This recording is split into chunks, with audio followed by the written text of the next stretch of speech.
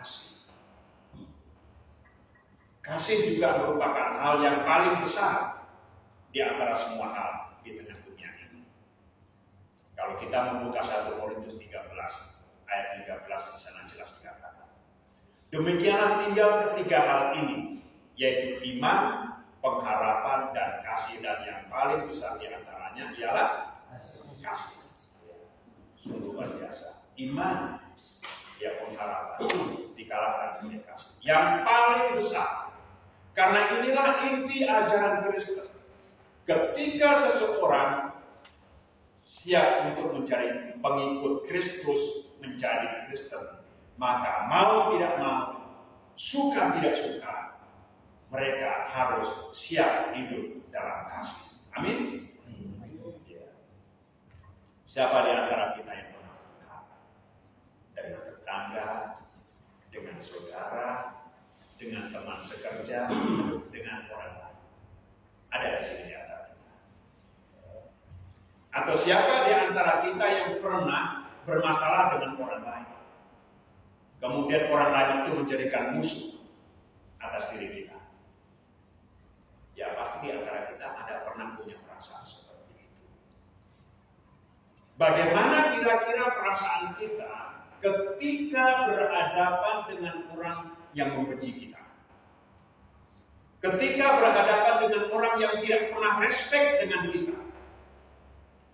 Ketika berhadapan dengan orang yang sering mengabaikan, menganggap remeh, menganggap enteng kita, melecehkan kita? Bagaimana perasaan kita, Bapak Ibu dan Saudara? Tidak usah jauh-jauh, misalnya di lingkungan kerja. Mungkin kita memiliki perasaan tidak enak. Mungkin juga kita memiliki perasaan jengkel. Ya. Mungkin kita memiliki perasaan dongkol, bahkan dendam. Dan itulah kemanusiaan kita sebagai makhluk ciptaan Tuhan. Kita adalah makhluk yang lemah. Wajar ketika seseorang diperhadapkan dengan konfrontasi terhadap sesamanya, itu menaruh kebencian. Itu wajar. Ya, itu alami. Ya, saya pernah difitnah habis-habisan oleh seorang yang teman sekerja sebenarnya. Ya, digembar-gemborkan ke sana kemari. Dan ada seseorang yang tahu bahwa saya tidak melakukan sesuatu, dia membela saya mati-matian. Lalu dia kata, Pak Pendeta, balas, tuntut dia dan sebagainya. Saya tidak. Lebih baik saya bersabar, saya diam, itu saya kira lebih tepat, dan berdoa kepada Tuhan. Kalau saya membalas perbuatannya, misalnya dengan memenjarakan mereka, atau dengan membela diri, saat itu baginya sudah cukup. Tapi kalau Tuhan yang balas, kita tidak tahu kapan berakhirnya. Tetapi kalau Tuhan yang balas, kita tidak tahu bagaimana kehidupannya nanti. Karena bagi saya, biarlah Tuhan yang membalasnya. Memang kita sebagai orang percaya diajar untuk menjadi sabar. Tidak mudah menjadi seorang Kristen. Karena seorang Kristen dituntut untuk mengimplementasikan kasih yang sempurna seperti yang dikerjakan oleh Tuhan Yesus. Itulah sebabnya dalam 10 hukum yang diringkaskan oleh Tuhan Yesus dalam hukum yang utama dan yang terutama dalam Injil Matius 22 ayat 37 hingga yang 40, di sana dikatakan, kasihilah Tuhan Allahmu dengan segenap hatimu, kemudian kasihilah sesamamu seperti dirimu sendiri. Sesama manusia seperti dirimu sendiri. Yang dimaksudkan dengan sesama adalah orang-orang yang ada di sekitar kita. Juga orang-orang yang jauh dari kita. Yang jelas, yang namanya sesama manusia itu adalah orang di luar diri kita. Mungkin juga suami, mungkin juga istri, mungkin juga anak-anak, mungkin juga saudara, mungkin juga teman, mungkin juga orang lain. Dan itulah yang dimaksudkan dengan sesama yang patut mendapatkan cinta kasih atas kehidupan kita.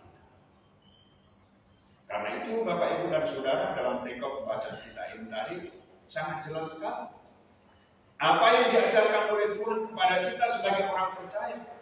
Ketika kita diperhadapkan dan diperlakukan secara tidak adil, ketika kita diperlakukan oleh orang lain dengan semena-mena, bahkan ketika kita mendapatkan perlawanan, kita tidak boleh membalas. Kita dituntut untuk mengimplementasikan kasih itu. Janganlah dikatakan membalas kejahatan dengan kejahatan. Lakukanlah apa yang baik bagi semua orang. Ini adalah perintah mutlak. Memang kita adalah manusia biasa. Yang kadang-kadang kan saya manusia biasa. Wajar kalau saya membalas. Kalau kita berusaha untuk membalasnya, berarti kita belum bisa menyangkal diri kita seperti yang dikehendaki oleh Tuhan. Inilah syarat mutlak kita sebagai orang percaya. Mengapa kita diminta untuk demikian? Supaya kita dapat menjadi teladan bagi orang lain. Kalau orang lain juga menjalankan cinta kasih seperti ini, seperti yang kita lakukan, kita bisa menikmati indahnya hidup ini sangat luar biasa. Dibandingkan ketika kita selalu berkonfrontasi dengan orang lain, menaruh kebencian, menaruh dendam, menjaga hubungan dan sebagainya. Tapi kalau kita mengimplementasikan kasih tanpa batas, maka kita akan mendapatkan kehidupan yang sungguh-sungguh ideal di tengah kehidupan. Bahkan kita akan diberkati serta menjadi berkat Tuhan. Sedapat-dapatnya, kalau hal itu bergantung padamu, hiduplah dalam perdamaian dengan semua orang. Hiduplah dalam perdamaian dengan semua orang.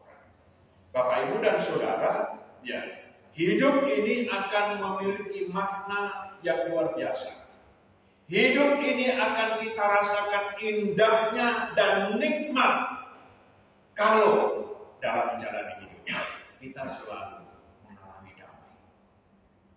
Kita selalu mengalami damai tiap-tiap hari. Damai dengan diri sendiri, damai dengan sesama, damai dengan lingkungan, damai dengan keluarga.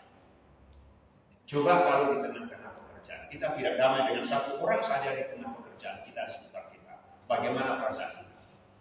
Kalau kita berjumpa dengan dia, mungkin kita punya perasaan kecut, tawar hati, sakit hati, dan sebagainya. Tidak ada damai. Tapi kalau ada orang di sekitar kita selalu menaruh kasih sayang, perhatian, hubungan yang harmonis, dan disitulah kita rasakan nikmatnya hidup yang luar biasa. Dimanapun kita berada dan kita tinggal, kita akan betah seperti kita tinggal di rumah sendiri. Kalau damai itu sungguh-sungguh meliputi kehidupan kita. Karena itulah firman Tuhan pagi ini mengatakan, sedapat-dapatnya kalau hal itu bergantung padamu, hiduplah dalam perdamaian dengan semua orang. Dengan semua orang, saudara. Bukan dengan